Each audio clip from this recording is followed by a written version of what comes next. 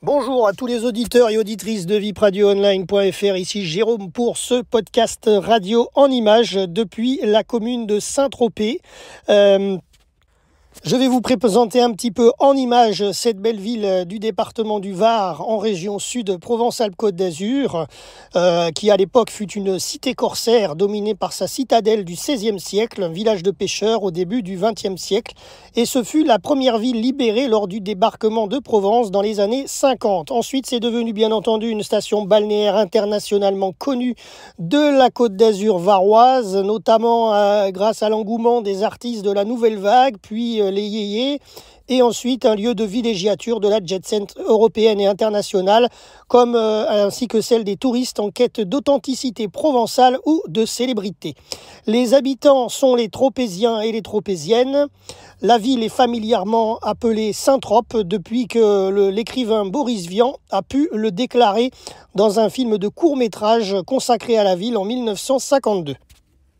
Saint-Tropez est situé dans le sud-est de la France, sur le littoral du Var, sur la presqu'île de Saint-Tropez qui ferme le golfe du même nom. La commune s'inscrit dans un croissant autour de la baie des Canebiers sur la totalité de la presqu'île qui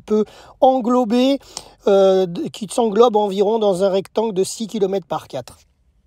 Alors, dès les années 50, Saint-Tropez devient une station balnéaire internationalement connue de la Côte d'Azur, et ce grâce au tournage du film Dieu créa la femme en 1956 et à l'engouement qui s'ensuivit par les artistes de la Nouvelle Vague. Le tournage du film contribue à l'édification d'un mythe. Ce film, rappelons-le, avait été interprété par Brigitte Bardot, qui d'ailleurs vit à quelques encablures toujours, à la Madrague. Donc ce village bénéficiait déjà depuis plusieurs dizaines d'années d'une grande notoriété, mais auprès d'un cercle restreint. Et là, depuis même que l'écrivaine à l'époque Colette avait découvert au cours de l'été 25 le Saint-Tropez des peintres. Ensuite, sur fond de battage médiatique, plusieurs autres films y sont tournés. La piscine, la cage aux folles, la Scoumoun, l'année des méduses, la série des gendarmes, bien sûr, de Saint-Tropez. D'ailleurs, vous avez la fameuse gendarmerie que nous n'avons pas visitée dans notre reportage, mais qui est toujours située en plein centre-ville, qui a été complètement rénovée. Et maintenant, c'est le musée des gendarmes de Saint-Tropez. D'ailleurs, du film de l'époque avec Cruchot, Michel Galabru, Louis de Funès, etc. Ensuite, il y a eu les yéyés, comme je vous disais, et ensuite, le lieu de villégiature est devenu pour la jet-set européenne et internationale. Alors, la ville de Saint-Tropez est découpée entre les nouveaux et les vieux ports. Le cœur artistique de la ville, c'est la célèbre place des Lys pour les boulistes. Le vieux village historique au pied de la citadelle et du pré des pêcheurs.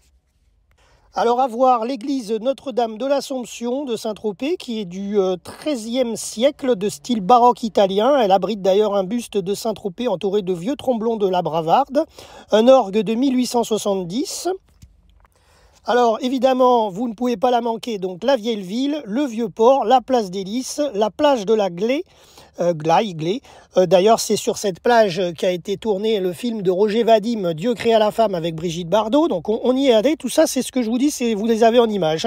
La tour du Portalet, vous l'avez également en images, juste après la plage de la Glée. Et ensuite, pour terminer, vous pouvez monter à la citadelle. Il y a un musée à la citadelle à visiter. Alors nous, on ne l'a pas fait, mais en montant à la citadelle, vous avez un magnifique point de vue sur tout le village de Saint-Tropez.